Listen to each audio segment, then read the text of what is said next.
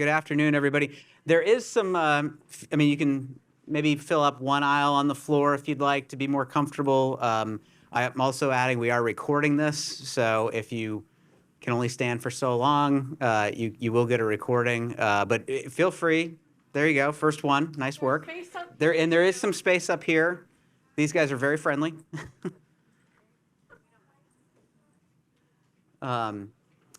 Excellent. Well, thank you everybody for, you guys are an attentive crowd because, you guys were filling it up 15 minutes till, so we appreciate that. My name is Neil McKenzie. I'm the Senior Vice President of Marketing here at Universal Furniture, and we welcome you to High Point Market. Welcome you to Universal and the Learning Center. This is an educational space that we built when we moved into the building, and we host a number of designer events that cover a variety of topics really throughout the week from a number of great speakers like you're going to hear from today. We do record all of these sessions, so if there's sessions that you sign up for that you just maybe can't make, we do record them and you'll get an email with all those recordings after the fact. Our space here is massive. It's 115,000 square feet. There's tons to see. On the third floor, we have our new introduction with Coastal Living Magazine called Weekender, which I highly encourage you to check out. On floor 2, we have some great in-stock looks with Miranda Kerr Home and Modern Farmhouse. And then on the first floor where you walked in, we have special order upholstery, which is shipping in 6 to 8 weeks. We have our Designers Lounge, which has some really fun activations. There's a meet and greet later with our friends from Big Ass Fans, which is just fun to say. And we have a lot of their Big Ass fans here, and they are fabulous. So if you need a little breeze, that's a great place to go. We also have a champagne mixologist coming in this afternoon. We have a beauty bar. Stay all day. Enjoy. I will ask, before you go see anything, just check in at the front desk, and they'll be able to get you signed up. And we do have these little scanners. Everything in the showroom is tagged, so you can actually use the scanner, go around, build a wish list, and then when you check out, you get an email with everything that you scan. So it's a nice, easy way just to remember what you liked, and then hopefully you'll buy it all, because we do have a lot in stock. So. We are so honored to have Tom and Michelle Wiebe here today joining us from Studio M. These folks just do an amazing job in terms of their business. Their business has scaled dramatically in terms of what they do on the residential side. They have a growing team. They have an office. They have built a business that really has been quite scalable.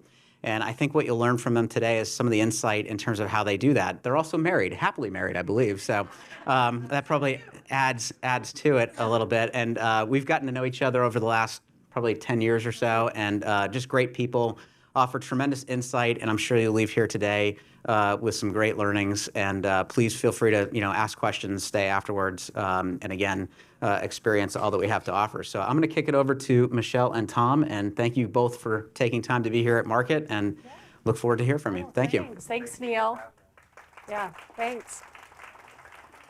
No, and we love Neil. He's one of our favorite people at Market, and actually Universal Furniture is a brand that we've really come to love over the past, 6, 7, 8, 10 years as well. So if you guys haven't checked it out, we would really encourage you to do that. But again, we're super excited to be here.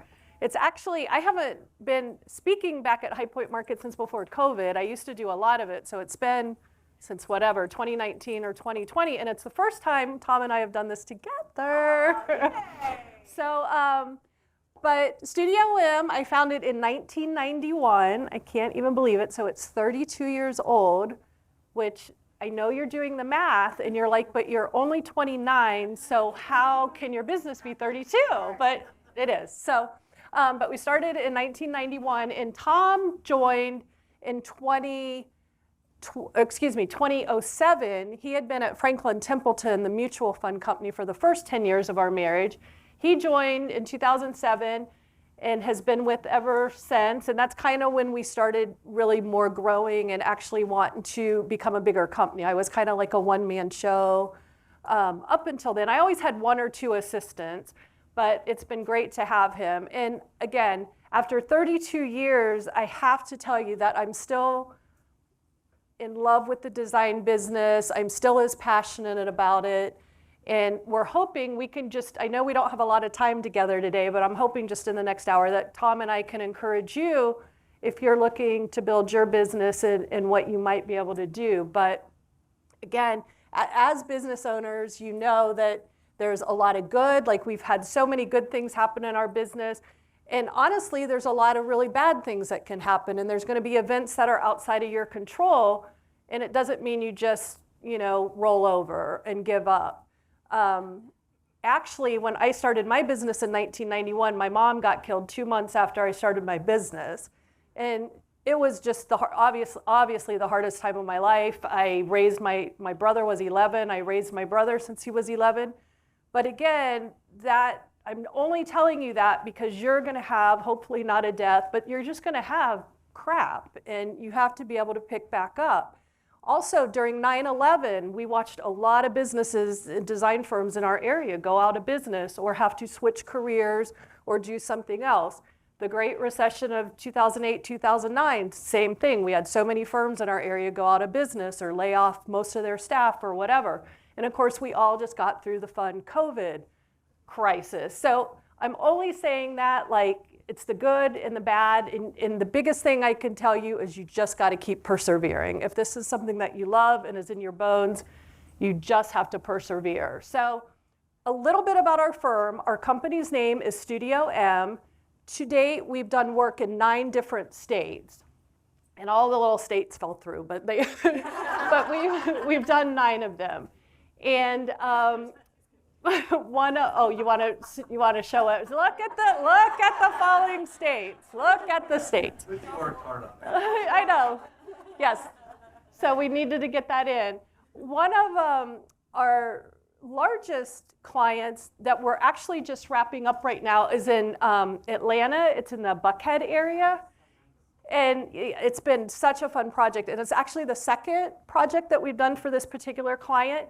He's when we did their Florida house, he was with the Philadelphia Phillies. When we're doing their Atlanta house, he's since retired, but super elite. He'll be in the Hall of Fame, blah, blah, blah. These are some renderings from the house. One of the things we do all our renderings in-house. But this project is now completed, and we're going to be photographing it in June. So I wish I had the finished photo. I mean, we have a bunch of iPhone photos, but we are getting ready to photograph it. And this really wasn't part of my presentation, but basically this particular client has been so happy with our services, her experience, the design, that she's wanting to come help us. She wants to be like a luxury client advisor and bring clients to us.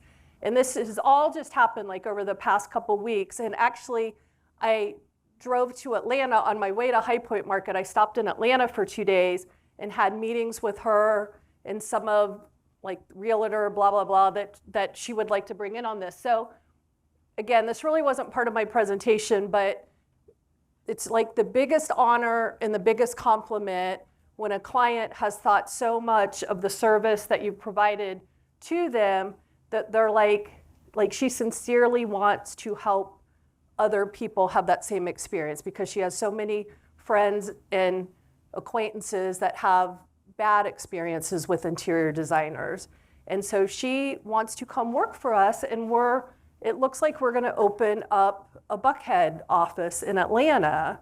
So this is all just coming together. I literally drove into High Point Market last night, again, worked on this the past couple days. But again, like exciting things can happen. And again, I'm just as jazzed and just as enthused for the future than I've ever been. And I've been doing this for 3 decades. So I just wanna, again, get you guys like exciting things can happen. So we also do So 80% of our business is luxury new construction homes. New construction, so we're very involved with the blueprint phase, all of that. About 20% of our business is what we kind of call boutique commercial design, where it's smaller offices. We have done some restaurants. We've actually done 2 or 3 multifamily condominiums, like all the public spaces and that type of thing. We are consulting on an iconic beach resort right now on Clearwater Beach. And we would like to design I'd love to do like some boutique hotels and like a branding. That's like one of our hopes. So let Tom, but that's a little bit about what we do.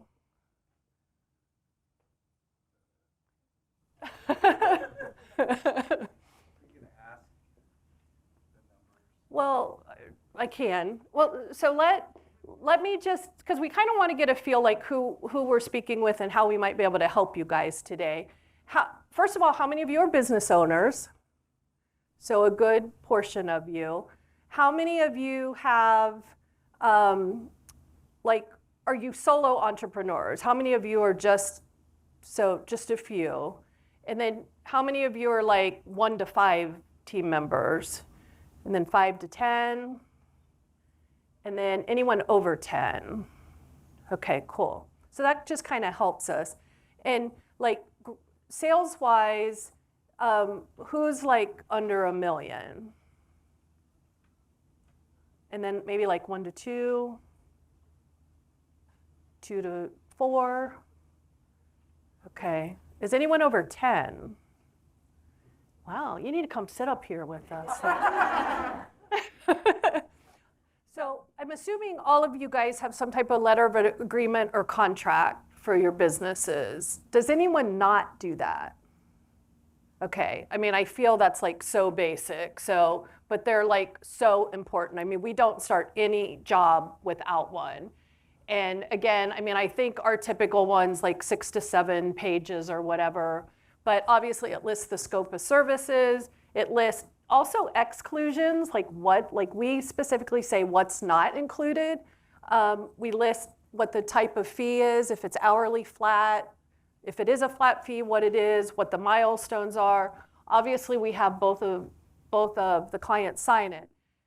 I would encourage you guys, as you grow your business, to make sure you're honing in on like what we would call your ideal client, your niche market. Like, do each of you know what that is? Like, I would say that's like so critical. You really shouldn't be like taking every job that calls your business. And I know it's really hard, especially when you're first getting started. And maybe that first year or two, you're not as selective. But as you try to grow, you really want to have like your ideal client. For Studio M, it typically is a new construction home in the $5 to $20 million range. We usually start asking them what their budget is even for construction. Right now in our area in Florida, and again, we do work across the country, but most of the homes in our area, it seems like we're almost a good $1,000 a square foot is for the luxury home. And we're not seeing too many of them come in under that, where even before COVID, we were seeing 600 and 700 still. Like the prices have gone up. But so our ideal client is usually in their 40s, 50s, 60s. A lot of them have owned and built businesses that they've sold for like a lot of money, like 500 million, like isn't unusual. We are starting to have some more of the professional athlete clients, which is definitely what we're going to be cultivating out of our Atlanta office. So, but that's who you know who to market to. So when you're building your like you shouldn't really even be taking jobs if it's just outside your realm where you should be. Tom was going to talk a little bit just about how when we're first meeting with the client and trying to figure out, because usually we do our initial consultations at no charge.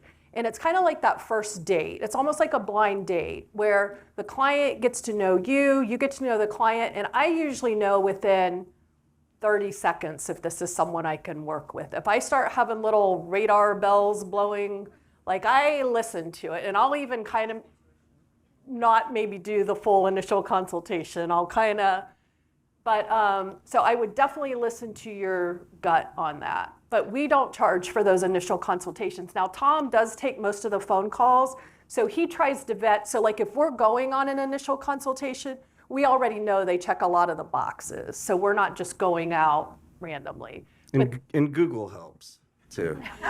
Always Google your client. Tom and Alyssa, who's one of our team members, do the FBI background searches on everyone before we go. You have to do it. Yeah, but one of the keys on the onboarding process is, first just to have a process. So we have a form. It's printed form. All the questions that we want to ask a client are there. We ask them, how many kids, pets? Do your pets sleep with you, right? Like all the questions. Well, that's more so in the Well, programming meeting. It is in the programming meeting, but at the initial consultation, there's a lot of questions. And one of my favorite stories about this, and this blows my mind, but we take notes. Every meeting we take notes. That first consultation, bring notepads. And my story on that, we got a job because Michelle takes notes. It was a Naples client. He had just sold his business for $500 million, so it was a big client. Naples house. It was a Philly condo and a new construction on the beach. In New Jersey. In New Jersey. Yeah. And he could meet with anyone he wants. I mean, a 24-seat private jet. He can do whatever he wants, meet whoever he wants, hire whoever he wants. Not going to run out of money.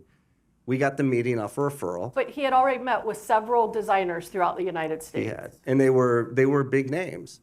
And midway through the meeting and towards the end, we could tell it was going really well. And he kind of, alluded to the fact, but he said, "You were the only person I met with that took notes."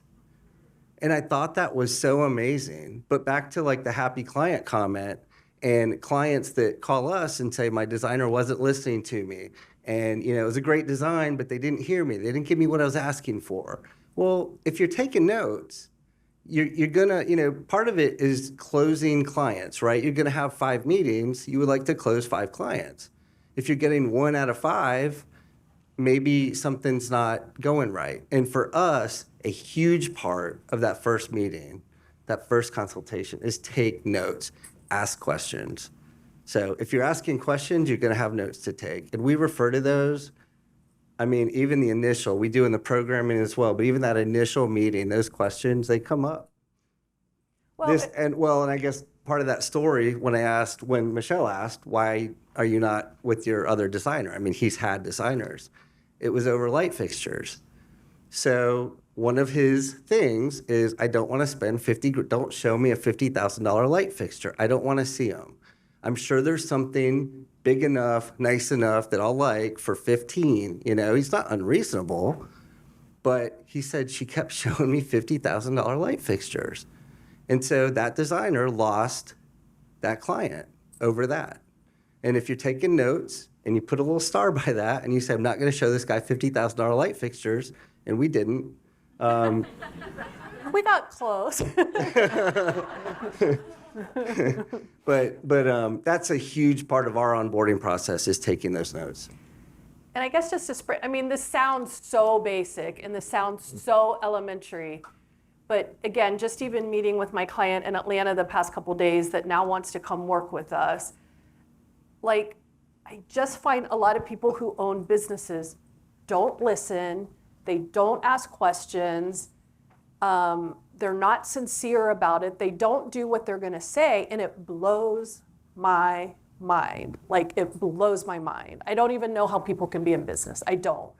So it's really about the client. It's not about how great of a designer you are.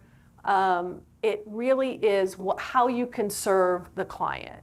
And so if you walk away hearing nothing else, it's all about the client. And ask my team, I'm constantly telling them, listen, be curious, ask questions. If the client says they just went on a ski trip to Breckenridge, ask them about the ski trip, maybe what design they saw. Don't say, oh, I just was in Breckenridge last summer, and start talking about your trip. You're trying to get the full picture from your client and you're trying to pull stuff out of them.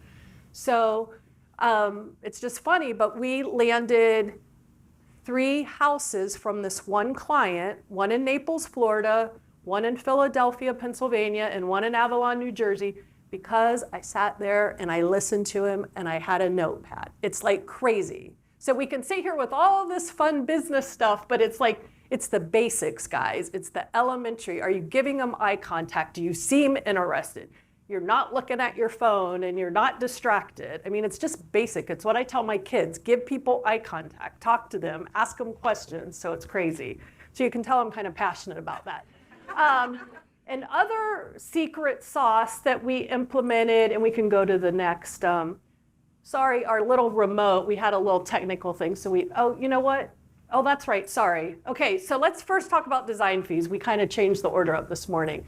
We actually wrote this out because every time we've spoken about this, everyone grills us on this stuff. So I'm like, I'm just gonna write it out. Yeah, take pictures. We're not saying this is what you all have to do. Again, our specialty is new construction. So in most of our new construction homes, we charge a flat fee. We find if clients are building a house, they want to know their total budget. They don't want to feel that they're nickel and dime. They just want, what is this going to cost me? So at Studio M, we typically charge a flat fee. So you say, how do you derive your flat fees? Over time, and again, we're at the point where we're raising our prices, but we've been charging roughly $15 a square foot. So if you do the math, again, a 10,000 square foot home is 150,000. If it's 20,000 square foot home, it's 300,000.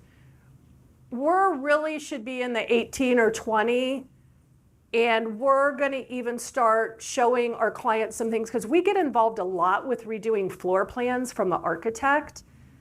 And we really shouldn't. Like, we're supposed to kind of be giving it, oh, we're going to look at your kitchen, and we're going to look at the baths, especially master bath. We're going to look at window and door placement. We're going to look at some traffic patterns. But we're getting some bad floor plans, like bad. And I love architects, and they bring so much to the project. Like, I can't do their job. They're great, like structural, but some of these floor plans. So anyway, we're going to start charging more for that because we're pulling apart floor plans in the very beginning. So I think we're going to be at 20 plus, and in our contract, it says how we're going to bill is like, so we ask for a retainer. We never start any job without a retainer. And a retainer basically says, again, you're on your blind date, you're starting to date, and you're like, we're serious about one another. I'm going to give you a retainer. We're going to put you in our calendar. We're going to assign you a senior designer, a project manager, a team of 2 to 3 people.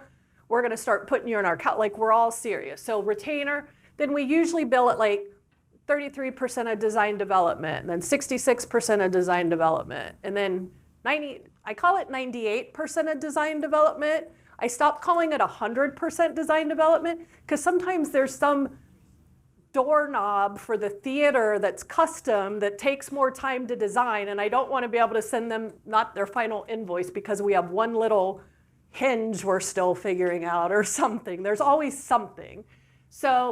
So basically, again, we bill at our milestones, and their contract says that.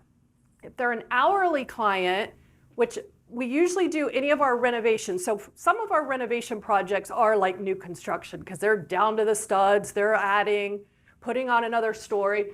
Typically, we do hourly though, because, did I buzz? I'm kind of buzzing. We found that you're just always finding surprises in renovations. There's just stuff no one can account for. So we tell the clients, look, we got to bill you monthly. And then those are our fees. Currently, so I'm the principal designer. Currently we have 3 senior designers, and we're wanting to add to this. We have 3 senior designers who act as project manager. And then we have designer and then junior designer. So depending on the type of project, we put together a team of 2, 3, 4 people, and then administrative 2. But those go out monthly. So like, let's say it's April right now. On May 5th, our account person, our bookkeeper, will start doing invoices, and we try to send them out by the 10th of the following month. So it's like monthly income, and we're not like letting a lot of time elapse before we're sending the client a bill. Does that all makes pretty much sense? And okay. Furnishing budgets. So our secret sauce, as Michelle kind of said earlier, but this is it. How many times do you get questioned early on a project and your client says, do you know how much this is going to cost, right? Everyone asks. And how you answer that is probably depending on the day, depending on the client. You try not to ask. I found it's tough. You have to answer that, but you don't want to put yourself in a hole because you don't know. I don't know how much a project is going to cost. I've been doing this for a while. I've been looking at a lot of invoices. I don't know. How I do know, and this is what I tell them. So a gauge, actually on the previous script, no, it's on this one. So one of the gauges on that is for a new construction house, we tell them your furnishing budget, and I'm talking about lighting, window treatments, bedding, will be about $100 a square foot. And so that's everything not construction related. Not construction even related. though we're picking construction. So if you have a stuff. 10,000 square foot house, I would bank on around $1 million spend with us, okay? Now, on a condo, it's about $150 a foot. It just ends up more. They have more window treatments per square foot than like a normal house. There's more items per square foot than a normal house. And a lot of motorization that sometimes isn't in houses. We've used 100 a foot, and then we just get blown away once we sit down and do a budget. But clients ask you that, and they have a right to know, right? The problem is a lot of people use kind of a slow boil approach, and what they'll do is they'll give them a number, and then just proposal by proposal, and then at some point in the project, you get that call. And it's like, how much more is this going to take, right? They get check fatigue, they get frustrated. The part of the business we all hate is the money side. I know everyone wants to be creative, and we love being creative, but what ruins that is when you have to talk about money. And so this is something that we started doing before we ever look for one piece of furniture. Do not show your clients furniture until you do a budget.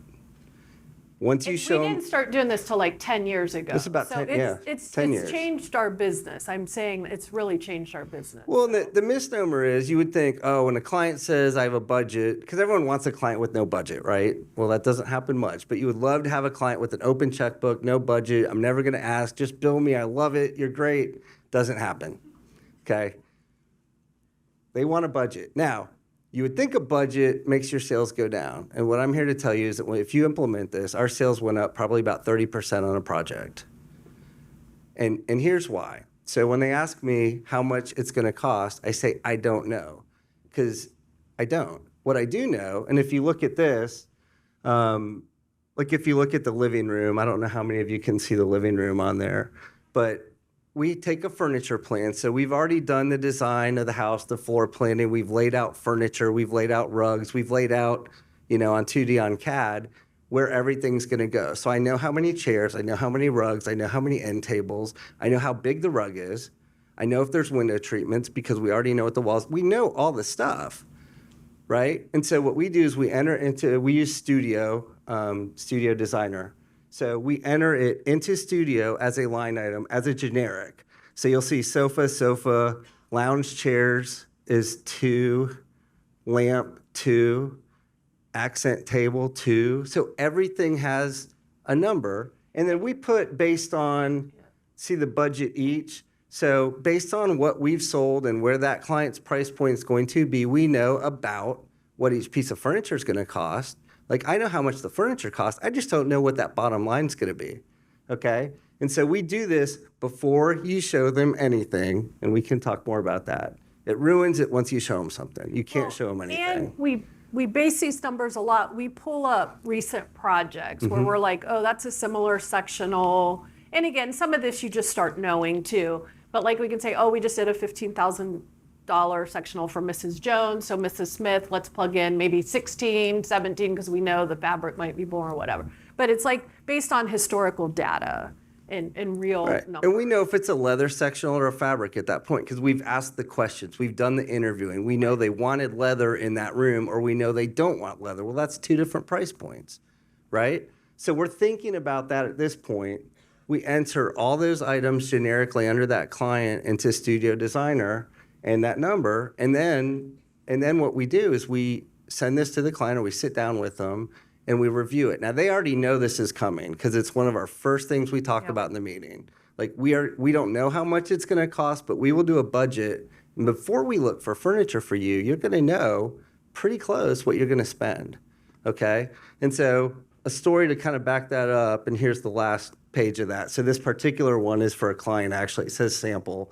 And it's not finalized yet. So these budgets, what is this one, 7 pages? I mean, these budgets are, 6, 7, 8, 9 pages long. But so this is the last page of a budget, is the final number. So this one we just produced, the client hasn't seen it yet.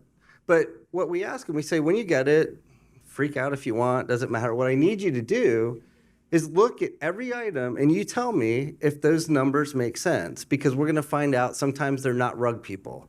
okay? Some people are. I have clients who want to spend 15, 20 grand on a rug. I have clients who can buy anything they want and they won't spend over 5. I don't really care because I'm getting the whole house. I want them to be happy. What I care about is I've had a client, another baseball player, who said, no budget. If I like it, I'll buy it. No budget. Like it, I'll buy it. I'm not going to give you a budget. So we tried. And we selected the whole house. And they said, well, I don't want any of these rugs. I'm not buying rugs like that. I have toddlers. I'm not going to spend, and we had designed every room around a rug. Like seriously, because this was like 10 years ago. This is why budgets were created in our firm. It was. This is why we created Literally the budget, because why. we designed the whole house around rugs. And he's like, oh my gosh, I have toddlers. I'd never spend that kind of money on a rug. And you're like, so we had to like redesign the room. So that's when all this came into. Yeah. And my best story about this is one of the first ones that we ever did that were over $1 million. It was a great family, Harvard MBA. So I was like really nervous putting this budget in front of him. But showed him the budget. He flips to the last page. It was like $1,071,000, I think.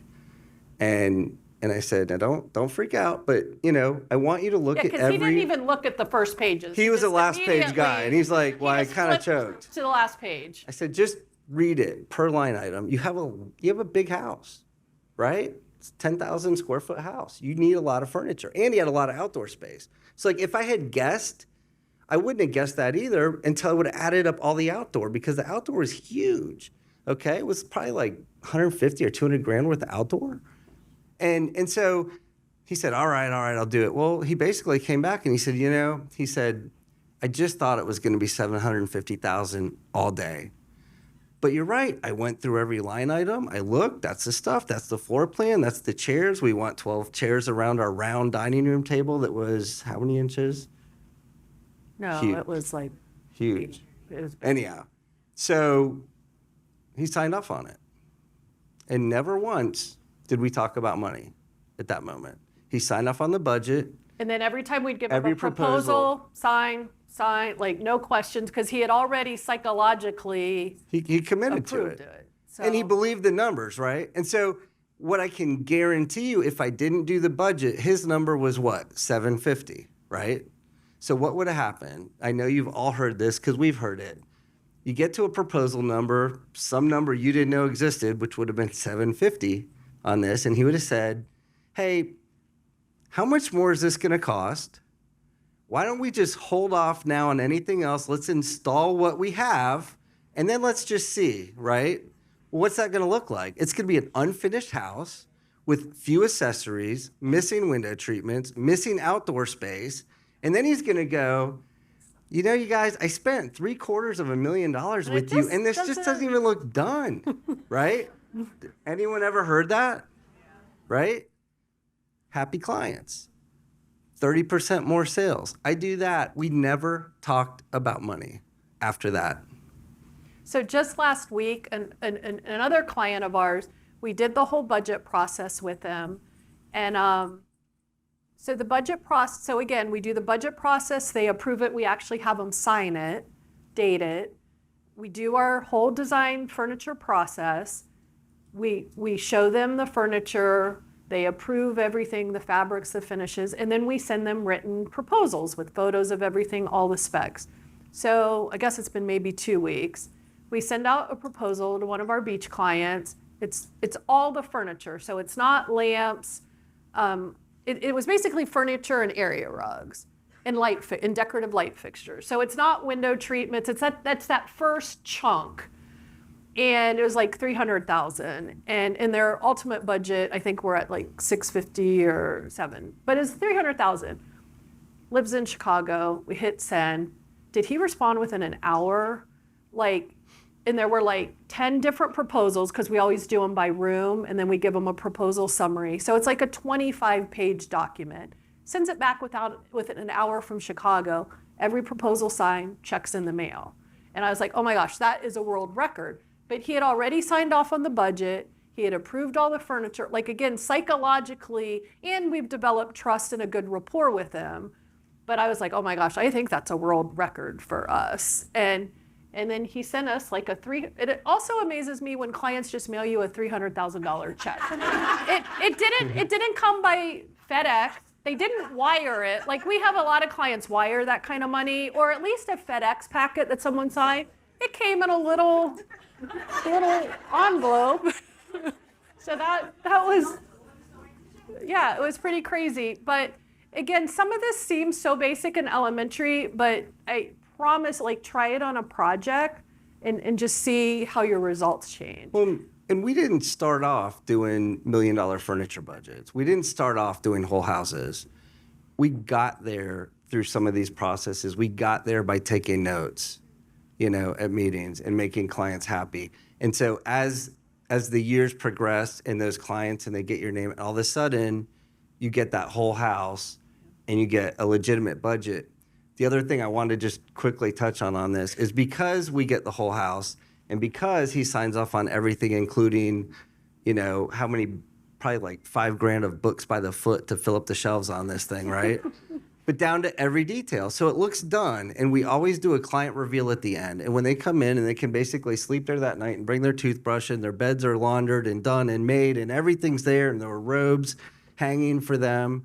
But it was photographable, right? And when they stopped at $750, you don't have a thing you can put on your website. You got maybe one little vignette you're hoping to catch, and you're never going to see that house again. But when you can get them to commit to the whole house, now you have something photographable. Then you have something on social media. Now you have something that people are like, oh my God, I love that room. It looks like a magazine, right? But it's because we got there. And so, when a house just isn't finished, it's just not a good, great, I made some money, but nothing to show for it. Do you guys do reveals? Does anyone not do them? Raise your hand. Well, it's so funny. So I'm in Atlanta the past couple days, and again, this is a client now I've worked with for 7 years, but she's telling me, and forgive me if you're in Atlanta. Is anyone from Atlanta? But she was like, no one I know gets a reveal. And I'm like, what? I'm sorry, come again? And she just went into this big conversation because, again, we did their Florida house. We're now doing their Georgia house.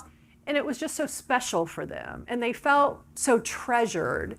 And she's like, my friends don't have that experience. And again, I'm like, what? I can't even understand it. I'm like, well, that's where we have so much fun because up to now, this has been a project on paper or a computer or a construction site. So again, it sounds like y'all are doing that, but it seems like that is a big thing with client. She's like, I want my clients to experience this. If they're in a primary residence and they're living there. Well, and that's a good point, but is there a point during the process? I don't know. We do so much new construction stuff because that week or whatever, because on average we're in there 5 to 10 business days, depending on window treatments and TV installation. We ask them not to come in. So I get it. If there's any way, if you're just doing a room though, if there's some way to keep them out, where they're not watching the boxes being open and the styrofoam peanuts everywhere and, the foot falling off the nightstand, you want them to come in and see the magic and not the. And that's a great question. And we do a lot of trade business. So we have designers that buy through us as well. And I get the chance to talk to them all the time. And we've talked about that specific thing. And what I can tell you is it's come back for the budget a lot. They're doing onesie, twosie proposals, getting 1 or 2 pieces ordered, and then the client, their sofa's in, so they want their sofa, but they don't have the rug yet, they don't have other stuff. And so you're bringing them one at a time because they're living there, and you've got to talk them into the whole room at once so that you can order and propose everything at once, okay? Because then you can schedule an install. So even if it's a room, if your install's short of items, it's that same kind of 3/4 done project experience for them. And then you install that sofa and they're like, I don't know, it looked better in the picture. I don't know if I like how it sits. And they start complaining about every little thing. But when you do the whole room at once, so I would encourage you to try and sell the whole room done so that day when you install, they leave and you still accessorize. If it's a new built-in that they've even walked by for the last week being built, they haven't seen it accessorized, clean, done with everything else. So I would still encourage the budget to try and get to that point. And you have a bottle of champagne and fresh flowers Always. And candles lit and the music's playing. It's all their senses are being, heightened, if you will. So that's super important. I did want to remind you back when I was talking about flat fees, obviously, especially with new construction or major renovation, most of our projects on average at Studio RM are 24 to 42 months. So even if you're getting like a $300,000 fee, it sounds like great and you jump up and down, but like if you divide that by 42 months or whatever, you know, you're paying your bill. So don't get total sticker shock when you're trying to sell like one of your first 6-figure fees or whatever, because you have to think about it over months. The house that we finished in Atlanta, that's 25,000 square feet, we have 4,800 hours into, and you guys can kind of do the math. And that's with probably 5-6 of us in our office working on it. The house, we're getting ready to install a house next week. It actually is like the window treatments and the televisions were going in last week. God bless Alyssa, you get back Monday night and she has to be there first thing Tuesday morning, and we'll have a team there all week.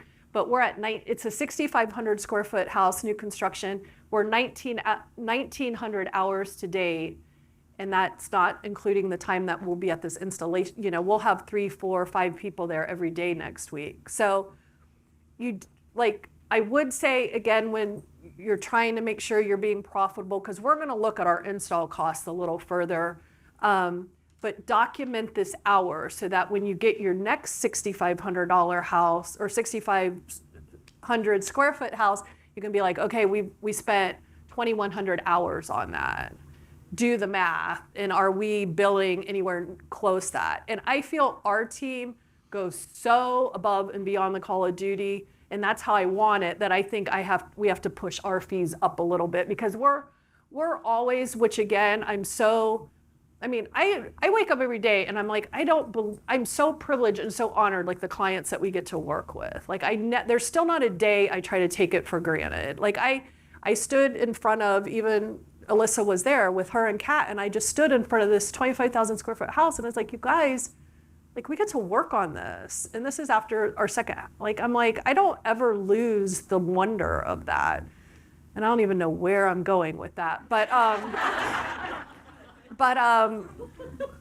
don't, yeah. So we were on another train of thought, but they do take a lot of time though, I guess is my point. And I wouldn't want it any other way, but I think there is where you try to make your fees get near that amount of time. And we find a lot, our clients by the end of a project are upset with the builder, they're upset with the architect.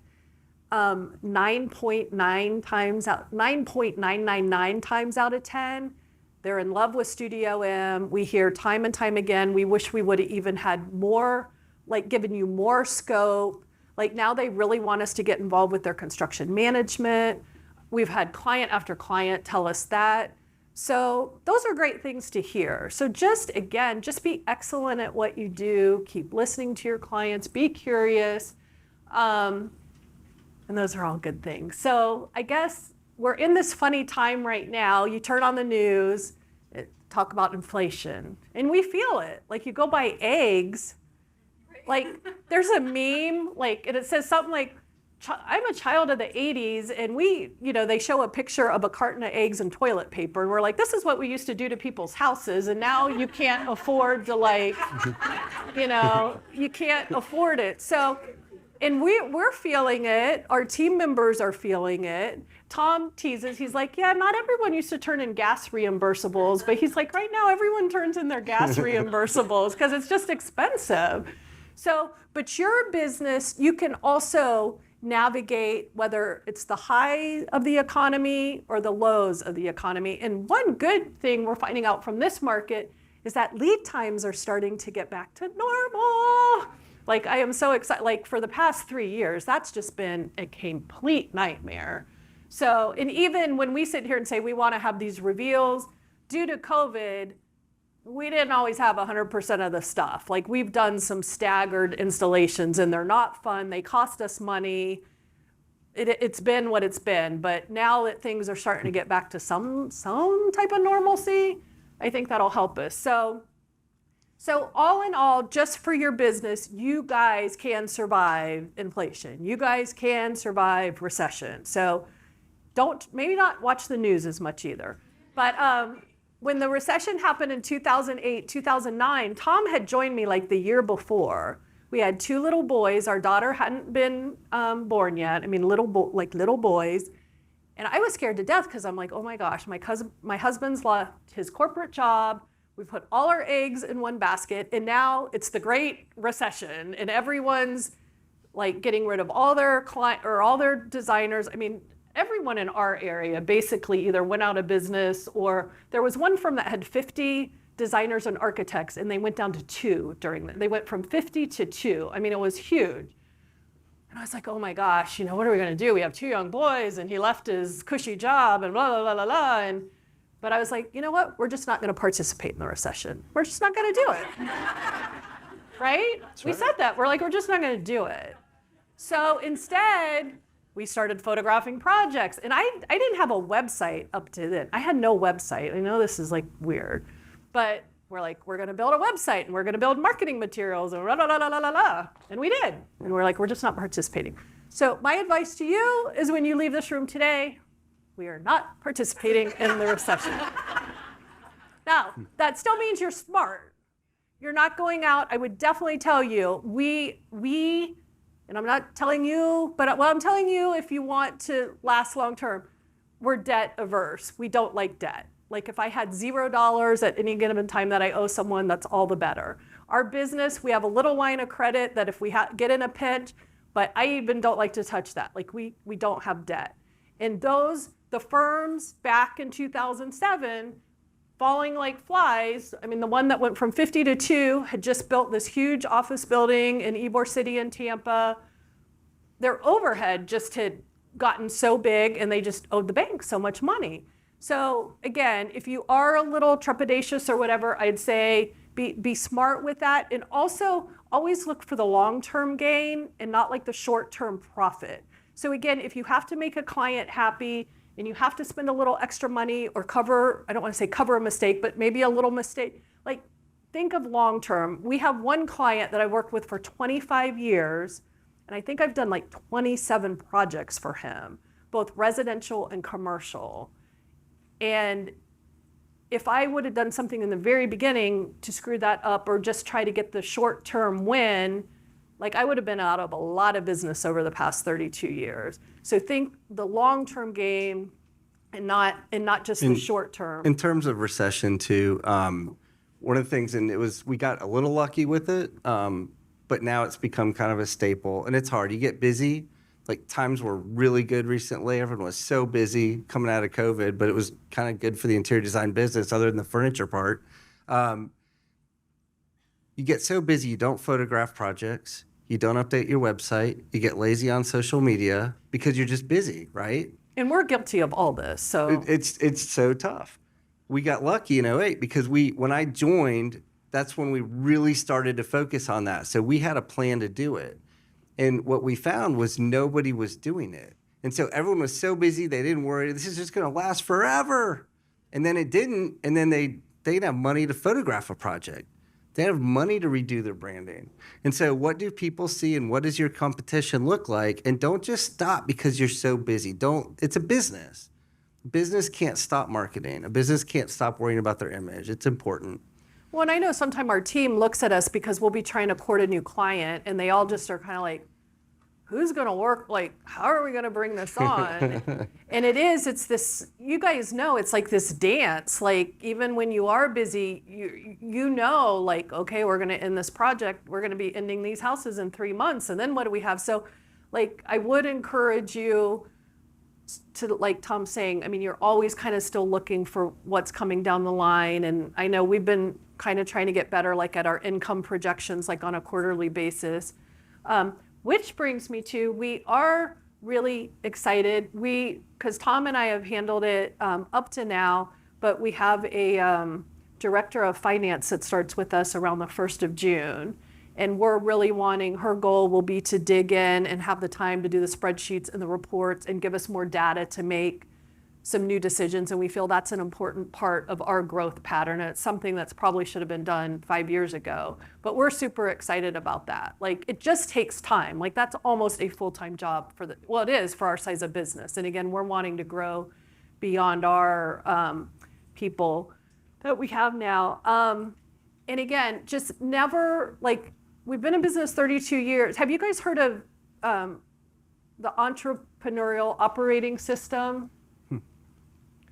Sorry, I thought we were going. Does anyone? Well, so I had heard about it over the past like 5 years and never, I know, there's our cute team pictures, never done it. And in January, we sat down and we're like, you know what? We know we want to grow. We know we want to go to the next level. Oh, that's also another thing. We always have a word of the year. And this year we did next level as our word. And basically the word, I always say, every decision you make is coming back to your word of the year. Like if you have to make a decision about, oh, are we going to do fill in the blank? Like, oh, like right now, oh, are we going to open a Buckhead, Atlanta office? And then I ask myself, well, does that get us to the next level? And you go, yes, it does, because da da da da da. So like we always have words of the year. So anyway, with EOS, part of the program is you set 1 year, 3 year, and 10-year goals. And you have revenue, profit, like measurables and goals. And for the first time after 3 decades, we're really doing a real formal, structured goal set. I mean, we've always had goals, but it's called EOS. If you just Google it, it's Entrepreneurial Operating System. It's not software you buy. You can pretty much hire a consultant to help you do it. You can self-implement it, but I would highly recommend you, like, we're just kind of in the throes of it. But it's been really good. I also, again, just for navigating like different economies and everything, and this is something we're trying to be much more intentional about, because it's really hard when you're growing a firm, because your overhead, like you start with your overhead, it's kind of this big, and then it goes this big, and then it goes this big, then it's like this big, and you're like, oh my gosh, like how are we still making money? So, but I would encourage you to reinvest back into your business, to put your earnings back into your business. And over time, I mean, we're trying to be much more intentional about that. And I'm even to the point in my career where I'm starting to think about like the legacy of the business. Like I want it to be around like after me. But even when I wish I would have done more of that when I was smaller, like be trying to just keep building more, like reinvesting in the business. So I think that's also an important type. Do you want to redo the slide and we'll go to the team? So you guys, your people that come to work with you are like the most important thing you have. Oh, and I didn't get to do, actually this is a good point. So I want to introduce, so we have 3 of ours at market with us. So Shauna, do you want to stand up? So also an important thing that I would encourage you to do is promote from within. Like, don't always be trying to pull people from like, I think there's something to be said for people getting immersed in your culture and your way of thinking. Shauna started as a senior designer. She came with a lot of good experience, and we promoted her early October of last year. She's now our studio director, so all of our designers report to her. So she cracks the whip. No. And then Alyssa started as a summer intern, did a fabulous job.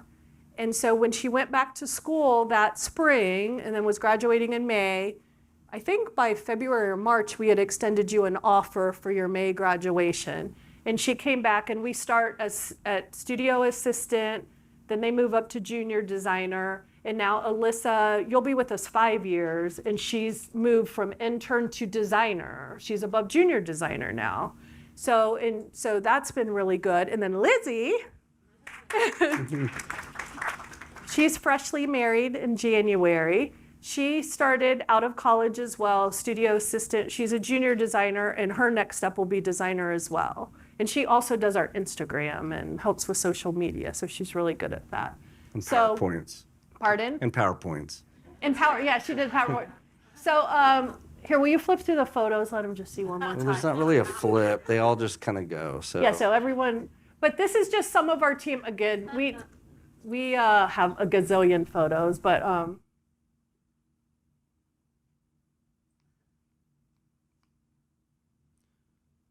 one of the keys to building your business is your hiring process. And when you go to hire, if it's even that second, third, fourth, fifth employee, we do it the same. And one of the instrumental things that we do, well, first it's a long process. So I'm going to meet with them, then I'll pass them on to Michelle if I feel that it's a candidate. Michelle will interview them. Then we give them some time with our staff. A lot of time that's a lunch. So we'll have them, Michelle and I will leave, and our staff gets to just eat lunch with them at the office. We'll bring in lunch, and they just sit at the table and they meet, kind of understand how that meshes. We do an Enneagram test, and we figure out who they are and if they're a good fit in that respect. And then as a final part of our process, we take them out to dinner with their significant other. And we feel that has been a huge part of this. Just at that point, you're really ready to make someone an offer, and they'd really have to have an odd significant other maybe to make that not happen. Well, if they're happened once. crazy, if they're crazy, you don't want crazy, in your firm. So like, It did happen once where it was really apparent during that dinner that the fiance was not really in support of, like, he didn't respect the field, didn't respect her job, didn't respect her degree enough to where we just thought that was going to be tough, because it's long days. It's a big commitment. You come home upset. I know everybody's cried at least once, right? And so I really do encourage you, though. And then on the flip side, when you make that offer the next day and their significant other has met you and, your future bosses and the firm you work with, and hopefully dinner goes great and they love it. And then it's full support, right? That person you just hired has that support when they go home. And so that's been a really important part of building our team. And we get compliments. Every rep that comes in our office, clients, vendors, a politician was in there one day and he stopped me and he just said, "Your team is amazing. I can't believe how great they work together. And they just seem so incredible." And well, we they're get always that like, they just compliment seem a lot. so happy and just joy. And you're like, wow, like a. But that hiring process to make sure it's the right fit, it's really important. And also, just real quick, I know we're towards the end. So not only do we have a word of the year, but we've had a set of culture words for maybe like 6 or 7 years. And it's the acronym CREATIVE. But these are words that when we're looking to hire someone, we look and say, do they seem to have a spirit of curiosity? Are they respectful, enthusiastic, audacious, blah, blah, blah, blah, blah? Can they be a team?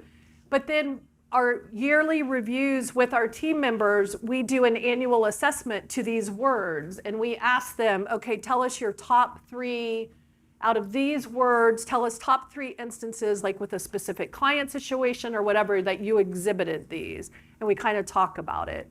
And so that's been really helpful. And we always go back to these words. And now through EOS, we're maybe redeveloping another set. But it's been, again, that would be something that I would recommend to you as you start to grow and hire and so forth. Well, I know we're towards the end. People got to leave. If we can help you answer a specific question about your business, go to the next screen real quick. We would love to help you. This is the QR code for our website. We'd love for you to check it out. My Instagram is on the left. Ms. Michelle Wiebe, and then Interiors by Studio M. So any questions? Yes? What does an install, like a 6,500 square foot house, look for you guys? Like team members, how many days? Yeah, that's an excellent question because we're in the throes of one right now. So again, usually the AV company comes in. We ask that they get television speakers, because I find AV crews make the biggest mess, and they have like TVs laying everywhere and like wires, and you're like trying to walk through, and there's drywall dust. So we try to get them in. So like on this one we're doing now, they were, I don't even know what day it is today. Like Sunday. It's the 23rd. So they were in there like 15th, 16th, 17th of April. And then last week, and all the motorized window treatment or rods went in. And then last week, all the soft window treatments went in. Kind of same thing. We always find window treatments. Again, the window treatment company brings these long draperies, and you have long draperies laying all over the floor. So we get all that stuff up. And then the furniture, so that was last week, and the furniture starts tomorrow, Monday. We will be there through Friday, and we always have our team, or we try to have our team come before the client comes, because there's some of the team members that haven't worked on the project, and we have little appetizers for our team. So that's going to be Friday. And then this particular client can't fly in until Saturday morning, so they're revealed Saturday morning. We usually try to do it like Friday late afternoon. So but- furniture will come Monday, Tuesday, Wednesday. Yeah. On Wednesday, we have a furniture repair, kind of a craftsman come, and he'll kind of come through If there's and any touch little everything up. touch-ups that, Anything that needs to be fixed, we take note Monday, Tuesday, Wednesday. And then Wednesday, Thursday, Friday, we'll be just finishing touches, accessorizing, making beds. and we have We'll have three or four people of our design team there every day. Like, we have a schedule. You're using your in-house team. We Yes. are. Plus the delivery guys, but yeah, we do. I've heard of firms that just have install teams, a few firms, but our designers love it. I mean, you guys love it, right? Like, because again, right? oh, I know, like the 7-bedroom houses, yeah, making the bed. Oh my gosh, because we are like, we always get all the bedding laundered, pressed, make them. Oh yeah, that's like Oh, I know. Well, we usually send it all out. I used to do it myself back in the day, and I was like, no. So related to that, are you, when you're charging that square footage price up front, is that covering everything?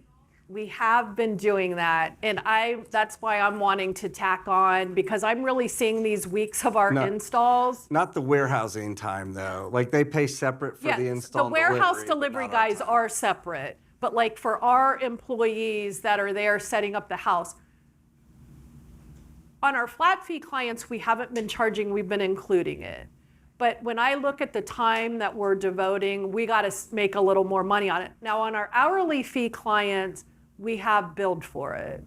We have billed for it. Pardon? You're just billing them for the actual time. We are, but I do a day rate. So instead, because again, we might be there 12 hours a day, and we do a consolidated. But again, as I've started analyzing these projects, I'm like, we're getting killed a little bit on our installs, where we got to kind of boost our, yes.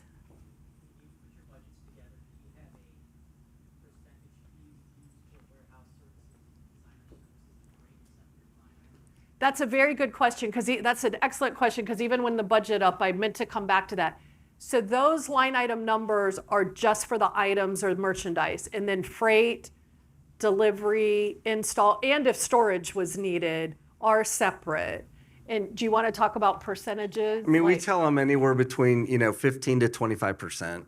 We'll and cover then it. plus sales tax too. And so on but some of our clients want us to even list that. They'll say, okay, tell us what freight's gonna, like, what are all my additional, because that stuff adds up, especially on thank you for bringing that, because that's a good, yes. You mentioned exclusions on your agreement in the beginning. Some examples of exclusions. We tell them we're not the architect. We're not, even if we submit suggestions for the revisions, we always say the architect has to do the final plans, the final as-built. We will, for exterior, because again, we find our clients want us to pick the exterior materials, and so we'll say, we'll give you 20 hours, we'll help you pick the roof tile, paint color, stone, pool, but like that could be 150 hours, unless they say, so we have some clients that are like, we want you to handle it all. So, but otherwise we exclude getting into that crazy, like. One of the big ones is if they have a previously approved price on a budget, like if they approved a $10,000 rug and you picked one and they said, I don't want to pay $10,000 on a rug, but they had signed off on that, we could bill hourly if they changed their But mind. we Right? don't. Well, they don't come back and do that, but there's exclusions for that. There's exclusions if they change architects or builders, or like our time spent dealing with certain things is really our biggest exclusion. So like we had a client have two separate, when he started the project, he was engaged to one person, they broke up, he brought in a new girlfriend, well, she wanted to change things. And so, Oh, and then we went to the third and girlfriend. then the third, yeah. It was like, I was trying to make it easy. And that's when we didn't have an exclusion for, so we not only had the girlfriend, and we Yeah. kept having to redo things for the new girlfriend. He also wanted us, this is before we had our exterior exclusion, and he was wanting us to pick all the roofing and stuff. So we had boxes and truckloads of cement roof tile being shipped to our office. And at the time we were in a house that was built in 1907. So I was convinced the whole floor was just gonna like fall through. So I was like, we're not getting this involved with roofs. Like there's hurricane codes in Florida. And so it's kind of over time, but like commercial projects will exclude signage because that can be a whole animal in itself. If we're doing audio visual, we say we're a consultant, a collaborator, but we're not, we try to spell out certain things from that. I didn't get anyone over here. When you're doing your budget, the furnishings, are those furnishings trade pricing, retail? That's also good that I didn't touch on, so thank you. This is the client's price. So with COVID, we changed our pricing structure. We used to be like, we were trying to be like retail less 20%.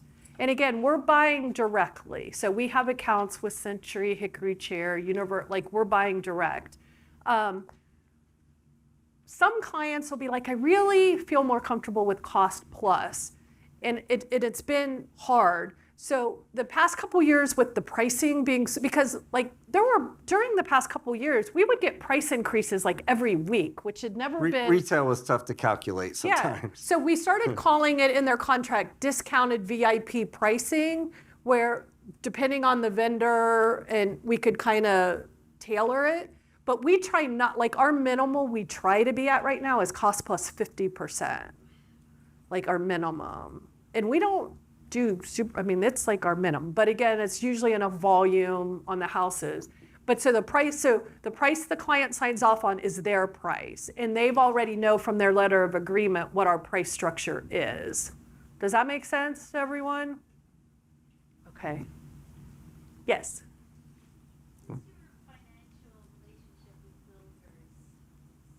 That's also a good question. Okay, so we have zero financial relationship with the builder, zero. However, we get some of our best referrals from our builders, like our best projects have been from builders. So that's where our fee comes into place. We tell the client, we are gonna charge you a fee. However, we're gonna pick everything for the interior of your home. We're gonna pick your Sub-Zero. We're gonna go with you and pick your quartzite slabs. We're gonna pick your plumbing fixtures, everything. And I was actually talking to my client in Atlanta about this, and we're not gonna change it, but I'm like, we pick everything for the interior, we make our fee, and then the builder gets to buy it all and make the markup. But they haven't picked one. We hand them a set of plans, interior design.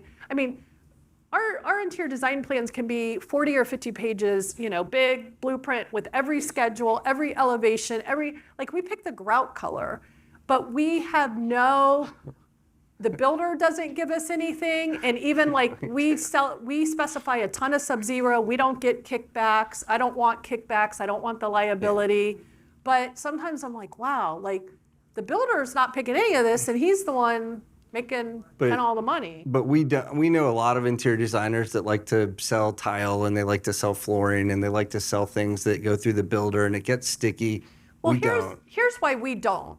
So let's say Studio M sells the tile installer puts it in, and then it all cracks, and then the client comes back and says, or the installer points a finger at us and says, well, the tile was defective. And we say, no, you're an inept tile installer. And then, blah, blah, blah, blah, blah, blah, you go back and forth. And the few times we've dabbled in it, it just hasn't been worth it. So we're like, we think it's for the client's benefit to purchase their tile from the builder and the guy that installed it, because when there's a problem, because there's gonna be at some point, it's in their court. But we probably leave a lot of money on the table, but we've just found the headaches aren't worth it. So.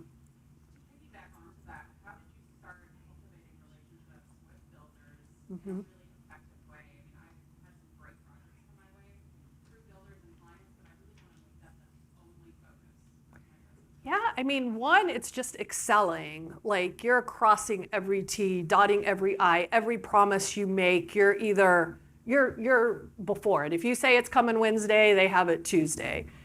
And again, so many people just don't do that. It blows my mind. Yeah, detailed drawings was the first thing Detailed that, drawings were huge. that's what And started make sure that. you're sitting down with them and saying, I mean, we had builders come to our office, even when we moved into our new office 4 years ago, we wanted them to see our new space, but we're like, we just even want to show you how we've updated our drawings and renderings. And How did you go about actually calling those builders and getting in contact with more in your area and cultivating those? I would say, I mean, I'm not a huge cold caller. I had to do that a lot in the very beginning, but it's kind of a lot of networking. It was more networking. So like you get that first house and you do a great job and that builder likes you and but those trade folks all work on the same projects, right? So, I mean, one of the funny things is the AV company that works, there's only like 2 really big AV companies in our area. One of them loved our work and he was getting projects and he would say, hey, you need to talk. So we've gotten referrals and then he has a lot of good relationships with builders. And so it's more of a networking thing when everyone on the job says, hey, you really need to go look at Studio M for this. And that's been the biggest thing. So we really don't cold call builders. But I mean, the architects I think if you will, have a couple under, and you just, I mean, I think it'll keep happening, but it's something to be intentional about. Just don't think they know or your phone's going to ring off the hook. Like they're busy too. But we find builders, architects, and past clients are way above like any type of SEO or Google. Like they might Google our website just to make sure we're a legit firm or something. But our best clients still, especially in the luxury realm, are by far word of mouth still. So.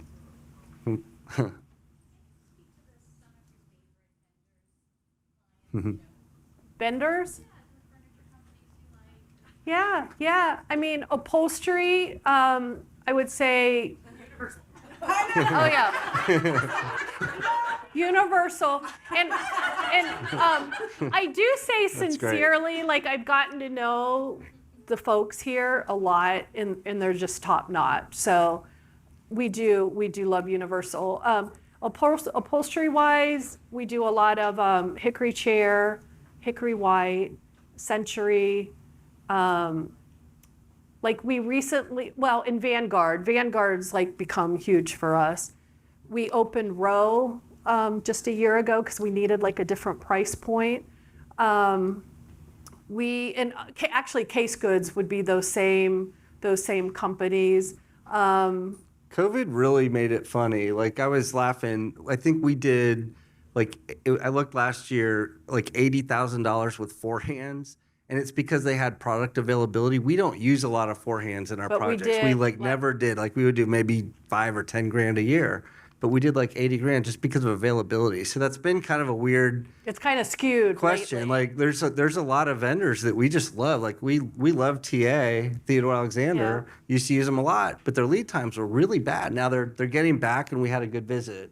Visual comfort's probably our top lighting. It's not solely. I mean, we probably have like 200 accounts. So, I mean, there's a lot of different, a lot of Krabbit. We use a pretty wide breadth, really. So, yes. What are some ways that you're looking to put your earnings back into your business? Well, The office was a big one. The office was a big one. When we moved offices, so we had been in a 3,400 square foot, it was zoned commercially, but it was a Victorian style home built in 1907. So 4 years ago, we moved from there and we went into a 7,000 square foot space, all new furniture, all new, like the built-ins, like, we designed a kitchen, we have Sub-Zeros, blah, blah, blah, the light fixtures. We did all new laptops, a printer, all new, like pretty much 4 years ago, we everything's new. So now I'm at the point where we know there's going to be some technology needs coming up. The secondary satellite office, we're going to have some budget needs. I think we want to increase our marketing budget some, our SEO. So those are probably some of the, it seems like there's always something to spend money on. Also back to like funding for Also, like, they took us out on a boat. Well, you know, like, we have fun things that we all do as a team, because we think Yeah. bonding is also really important. Yeah. So, yeah. Fun, yes. That's a good question. See, we could sit here all day. So our contract, so the fee we kind of talked about, but as far as merchandise, and we started this 8 years ago, prepay 100%. And it says that in our agreement. 9 times out of 10, no question from the client. So is what we don't bill for is the freight, delivery, install, sales tax, but it's the merchandise. Occasionally, someone will kick back to us and say, we had a lady recently who's in her 70s, a successful business owner, very businesslike. She's like, I just don't feel comfortable with it. She said, I feel comfortable with you, but what if your furniture manufacturers go out of business? Like what? So we said, okay, we get it. So in this one case, I even did an amended letter of agreement. We said, we'll do 75%. And then you owe, when your product ships though, you owe us the 25%. But that was like an exception. We try not to do that. And we used to do the 50-50, 50% down and 50%. And is what we found, especially with us doing so much new construction, is construction would run over and we would have all this product sitting in our warehouse that we had already paid for, and we were becoming a bank and it was hurting us. And so, so we had to do the 100% down. And then with that so. many items, there's also just that check fatigue part. And From the client? The clients really kind of appreciate it. Like once they're comfortable with us, and I think that office was a big deal. They come to this office and they see it, they think it's amazing, they trust us more. It's super helpful. But the 100%, I didn't think it was going to work. And it's Yeah, you actually, were kind of against it I at was- the I beginning, just and we thought said, it well, was let's nuts. try it, and 8 years later, Yeah, it's pretty I was much what we wrong. do, so, yes. After you get the initial furnishing budget approved and they kind of like guess rates of $1 million, do you afterwards invoice them like line by line item, or do you kind of just tell them, here's the living room and it's gonna be X amount and this is like. So, and I don't have a picture of the formal proposals, but do you use Studio or Designer, any of the integrated designer platforms? So all those get a picture, a price, a vendor, and then we basically click on proposal and they will get a line item proposal. And we do it by room typically. So like they'll get a living room one and a family room one. So they'll get, like we're saying, that one house just got 10 proposals. So the budget's been signed, you have the furniture approval process, and then they do get a proposal. So even though their budget said their sofa was going to be $15,000, the proposal, once you pick the real fabric and the real feet and the contrast welt and the upgraded cushion, it came up $14,799.25. So their proposal now is the real to the penny. And again, they pay 100% deposit to place the order, and then they'll get a final invoice either when it's installed or just last year, because again, we still had some construction and COVID lead times were all over the place. Where now, if it's sitting in our warehouse past a quarter, we're now invoicing it out. If it's still in our warehouse and construction's going on, we invoice you for what's in our warehouse. And we just started that a year ago. Let's wrap up and just stay. Yeah, that's fine. I mean, y'all are welcome to leave. Yeah. I mean. No, thank you for coming.